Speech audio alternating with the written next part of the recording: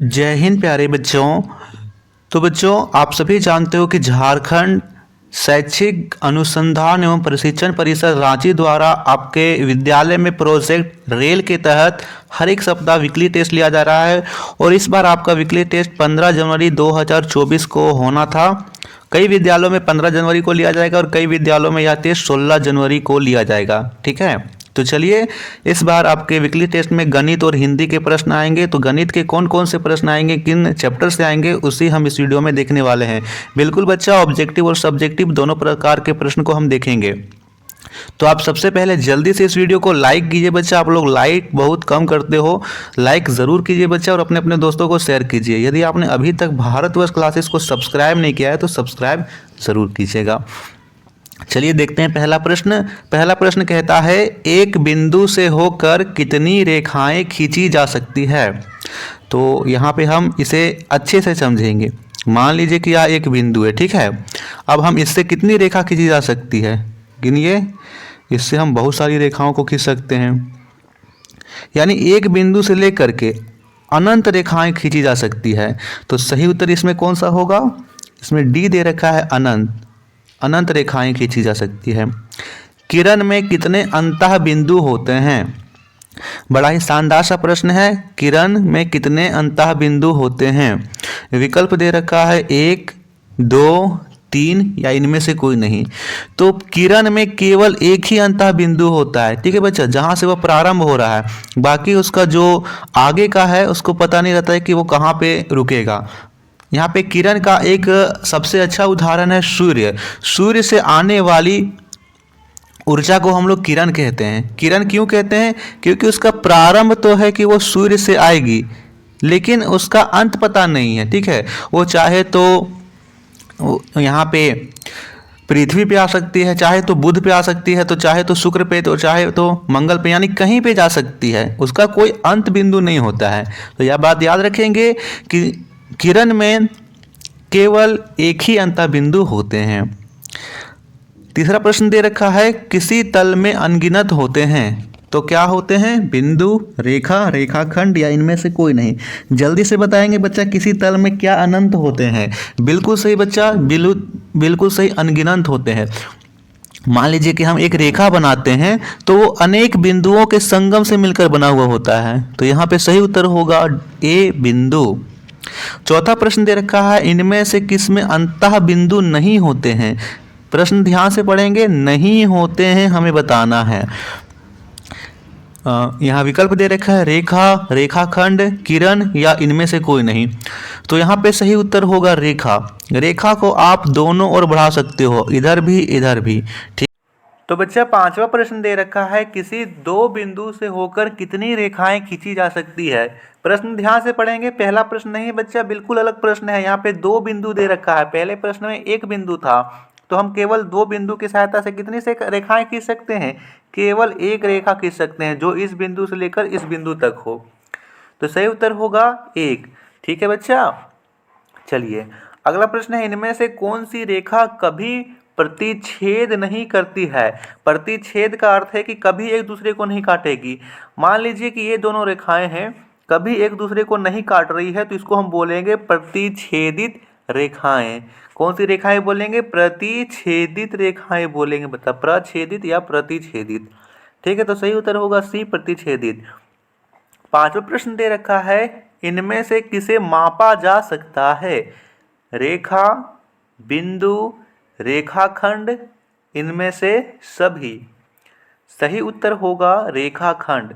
ना तो हम लोग बिंदु को माप सकते हैं, ना ही हम लोग रेखा को माप सकते हैं। केवल रेखाखंड को हम लोग माप सकते हैं। 2 सेंटीमीटर होगा, 3 सेंटीमीटर होगा, 4 सेंटीमीटर होगा। कैसे हम लोग इसके माप सकते हैं? तो बिंदु तो हमने अभी जाना कि जिसकी लंबाई चौड़ाई नहीं हो। रेखा जो दोनों ओर बढ़ जा सकी, और इसके बीच यदि यहाँ से लेकर यहाँ तक दोनों और अंतिम बिंदु हो, उसे हम रेखाखंड कहते हैं। तो इसे हम लोग नहीं माप सकते हैं। सातवां प्रश्न दे रखा है, इनमें से किसकी लंबाई और चौड़ाई नहीं होती है। प्रश्न ध्यान से पढ़ेंगे, लंबाई और चौड़ाई नहीं होती है। सही उत्तर क्या होगा? बिल्कुल सही, बिंदु होगा। मैंने अभी ही बताया, बिंदु सही उत्तर है। 8वां प्रश्न है, टेढ़ी मेढ़ी रेखा खींचने पर बनी आकृतियां क्या कहलाती है? रेखा, रेखाखंड, बिंदु या वक्र? सही उत्तर क्या होगा? डी होगा, वक्र। उसे हम क्या बोलते हैं बच्चा? वक्र कहते हैं। अगला प्रश्न यहाँ पे है, निम्न आकृति की पहचान करें।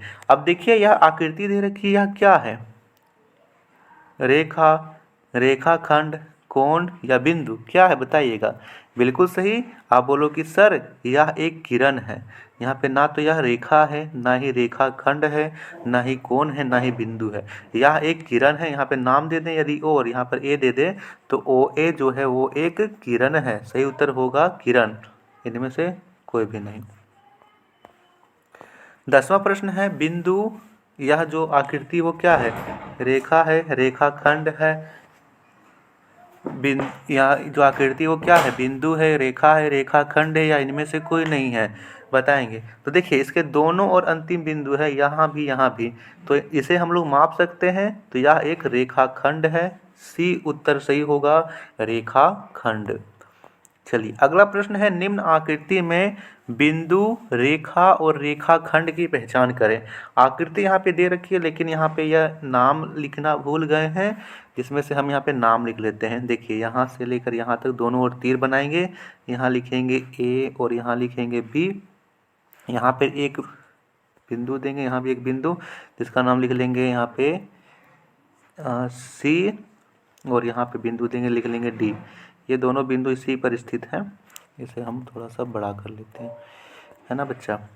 प्यारे बच्चों, आप लोगों की वीडियो पसंद आ रहा हो तो प्लीज़ बच्चा लाइक करते चलिएगा और अपने अपने दोस्तों को शेयर भी करते चलिएगा। और आप लोगों में से कितने बच्चों ने भारतोष क्लासेस को अभी तक सब्सक्राइब नहीं किया है तो प्लीज़ बच्चा सब्सक्राइब ज़रूर कर लीजिए। तो देखिए आकृति बनकर तैयार है। इसमें से हमें बिंदु को दिखाना है, रेखा को दिखाना है और रेखाखंड को। तो सबसे पहले बिंदु लिखेंगे। कौन कौन से यहाँ पे बिंदु है? तो आप यहाँ पे देख सकते हो सी और डी बिंदु है, ठीक है। बात की जाए यहाँ पे रेखा, तो रेखा कौन सी है? ए बी एक रेखा है। और रेखाखंड की बात की जाए तो सी डी रेखाखंड है, ठीक है। 12वां प्रश्न, दो रेखाएं समांतर होगी जब उन्हें बढ़ाने पर भी एक दूसरे से ना मिलती है। दो रेखाएं समांतर होगी, जब उन्हें बढ़ाएंगे तब भी वो नहीं मिलेगी। ये कथन बिल्कुल सत्य है, क्योंकि यदि ये दोनों रेखाएं कहीं भी मिल गई तो ये प्रतिच्छेदित रेखाएं होंगी, समांतर रेखाएं नहीं होगी। 13वां प्रश्न है, निम्न आकृति में कोण का नाम दर्शाइए। सबसे पहले आप यहाँ पे आकृति में यहाँ पे नाम लिख लेंगे ए बी सी। यहाँ पे कौन कौन से कोण बन रहे हैं? तो आप देखिए कि ए पर भी कोण बन रहा है, बी पर भी कोण बन रहा है और सी पर भी। तो हम कोणों के नाम दर्शाएंगे। पहले ए को दर्शाएंगे तो बी ए सी, ए कोण बना। फिर सी पे दर्शाएंगे तो ए सी बी, सी पर कोण बना। फिर ए को दर्शाएं, यहाँ पे बी को दर्शाएंगे तो ए बी सी। यहाँ पे इस प्रकार से आपको कोणों को दर्शाना है। यानी इस प्रश्न में आपको जहाँ भी कोण को दर्शाना हो उसे आप बीच में रखोगे। जैसे हमने ए को दर्शाया तो अन्य दो को साइड में रखेंगे, ठीक है।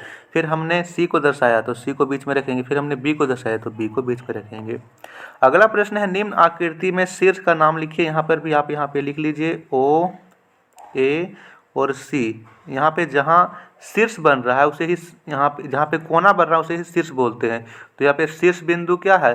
शीर्ष बिंदु यहाँ पर सी है। यहाँ पे जहाँ कोना बन रहा है वहीं पर शीर्ष बिंदु है। चलिए अगला प्रश्न है, तीन कोण से बनी आकृति क्या कहलाती है? मोस्ट इंपॉर्टेंट क्वेश्चन है बच्चा और बड़ा ही आसान सा इसका उत्तर है। बताएंगे तीन कोण से बनी आकृति क्या कहलाती है? यहाँ पे सही उत्तर होगा त्रिभुज। क्या कहते हैं उसे? हम त्रिभुज कहते हैं। आप सभी जानते हो तीन कोण से बनी आकृति त्रिभुज कहलाती है। तो बच्चा यह था मोस्ट इंपॉर्टेंट क्वेश्चंस आपके वीकली टेस्ट में आने वाले। आप लोगों को वीडियो अच्छी लगी तो प्लीज़ बच्चा ज़्यादा से ज़्यादा शेयर किया कीजिए। थैंक यू बच्चा।